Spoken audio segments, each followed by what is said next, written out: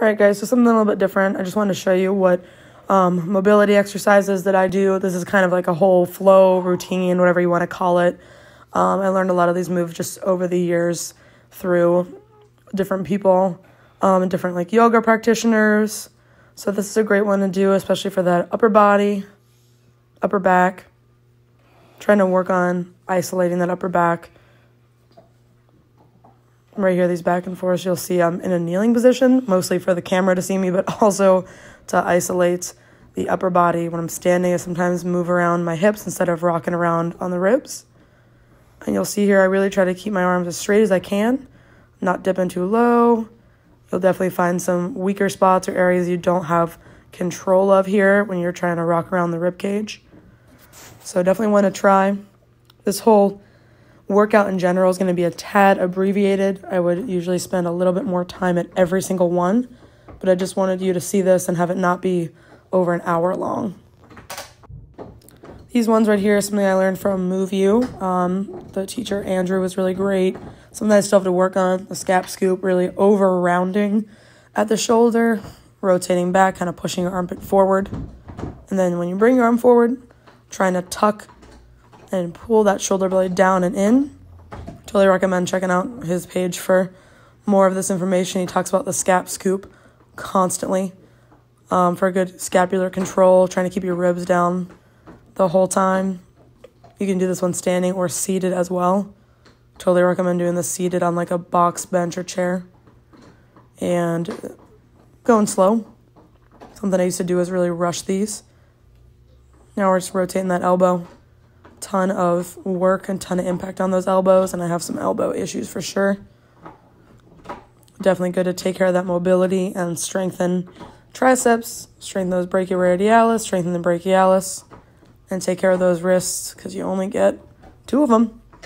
And definitely want to take care of them, rotating in all directions, working on those little stretches. I don't spend a ton of time on those stretches, maybe 5 to 10 seconds each, several times through. Making sure to get all directions, turning the hand in, turning the hand out, all the good things for the wrist.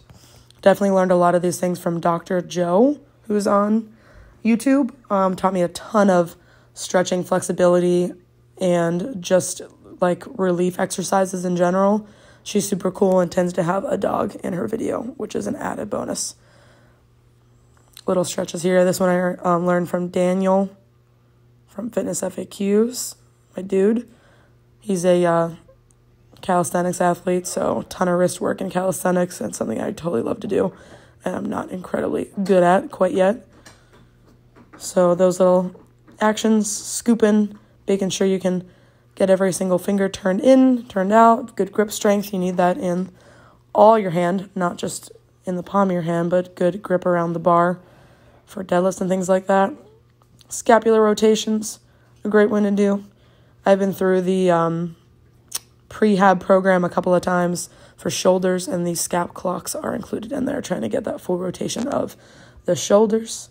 You'll kind of see where I trip up a little bit or where I struggle, and you can even see my left elbow that is double jointed or hypermobile, which is super cute.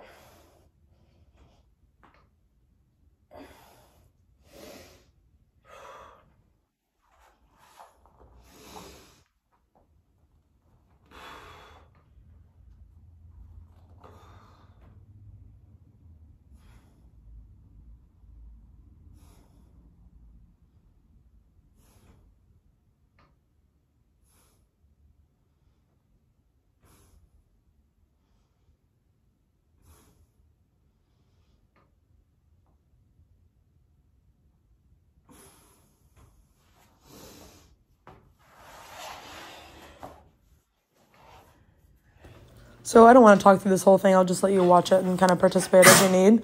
Sorry, that was my dog sneezing in the background there. But I don't always do these kind of strengthening exercises.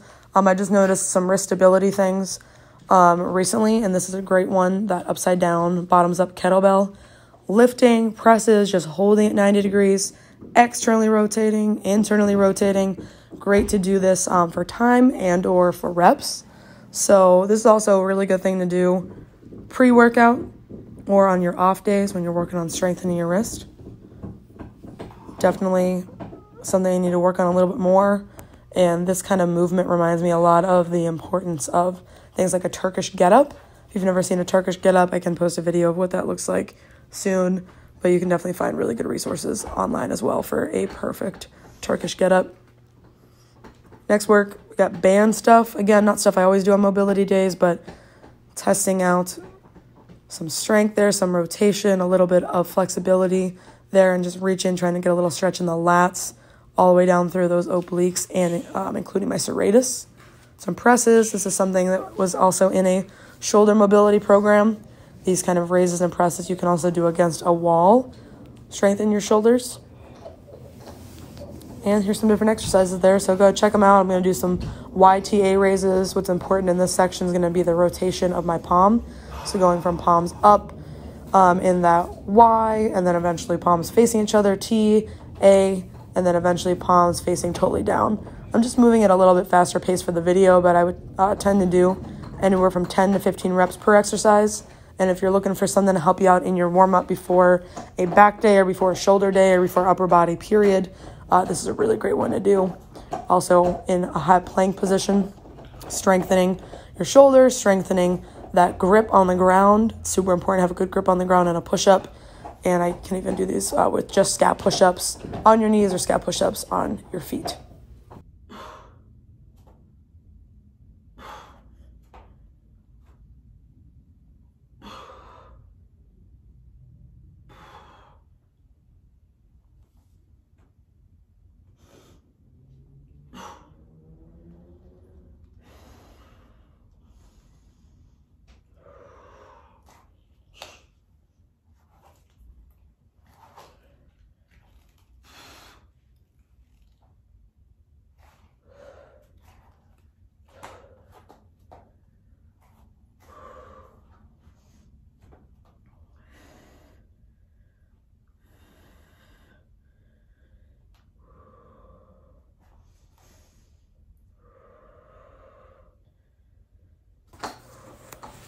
So we're looking more into the lower body sections now. Hamstrings, glutes, especially hips.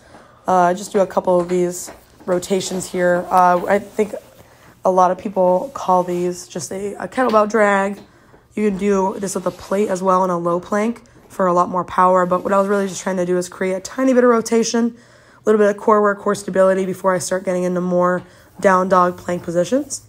So you can obviously spend a ton of time in a down dog position, just pedaling your feet, getting that stretch in your calves, your hamstrings, going back and forth in a lizard. I definitely learned a lot from a woman named Jessica.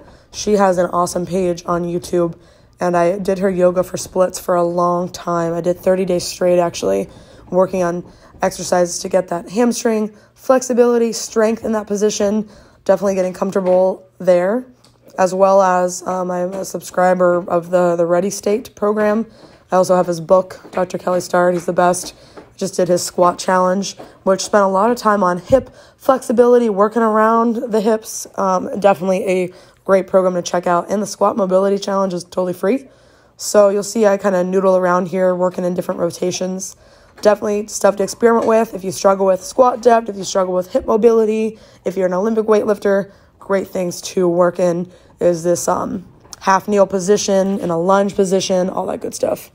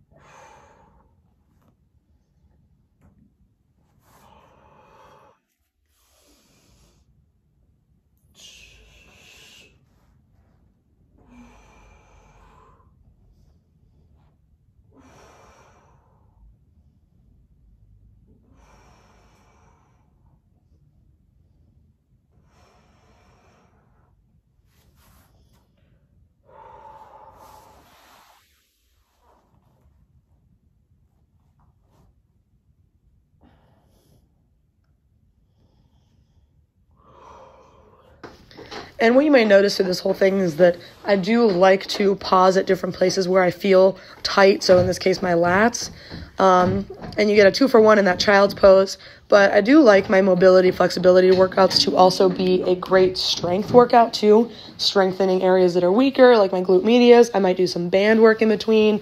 I might do some Pilates style exercises within this workout span. I really like to not go in with a huge plan unless I know that, for example, I know that I'm really tight in my hamstrings and I have RDLs later that day or RDLs tomorrow, or I just did a ton of hamstring strengthening work, so I want to get a little bit more blood flow in there. Hip cars are great, shoulder cars, that kind of stuff. Trying to get a little bit more thoracic rotation, definitely strengthening weaker areas. When you're thinking about ankles, you're thinking about tight hips, you're thinking about scapular strength, rotator cuff, all that kind of stuff. And if you have bad sleeping positions, taking care of your neck. This is something that everybody I think should do, is just spend time on what's weaker. If you have knee issues, working on knee extensions. If you have low back issues, working on back extensions or Supermans or, foam rolling, all that kind of stuff is really good. I know that there's some controversy about foam rolling or how effective it can be, but I definitely think soft tissue mobilization in general, including foam rolling kind of in that category, is great, and definitely working in different planes of motion, spending time in things like a couch stretch, spending time in like an elephant walk for your hamstrings, not just a forward fold, and definitely working with ankle mobility, ankle strength, and rotations and flexion and pointing of your foot, as well as doing the same thing with bands.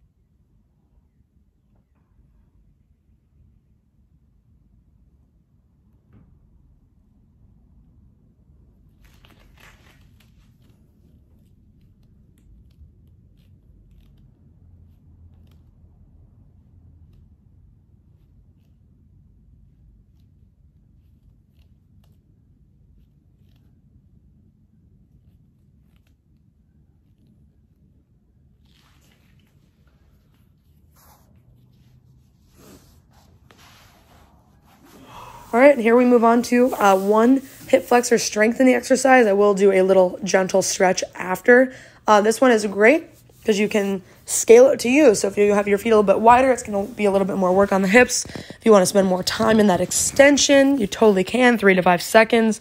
Right now, I'm just kind of working what feels comfortable. I know that I definitely have pain and issues on that left side, so I try to spend a bit more time there, but definitely a great exercise. I showed this on my hip flexor pain video, so check out a little bit more there. But this is a great one. These little bicycles, trying to keep your back flat while you do it and spending time at each one, maybe pausing. Maybe you want to go for 20, 30 reps for a couple of sets. In this video, I'm only going to do one.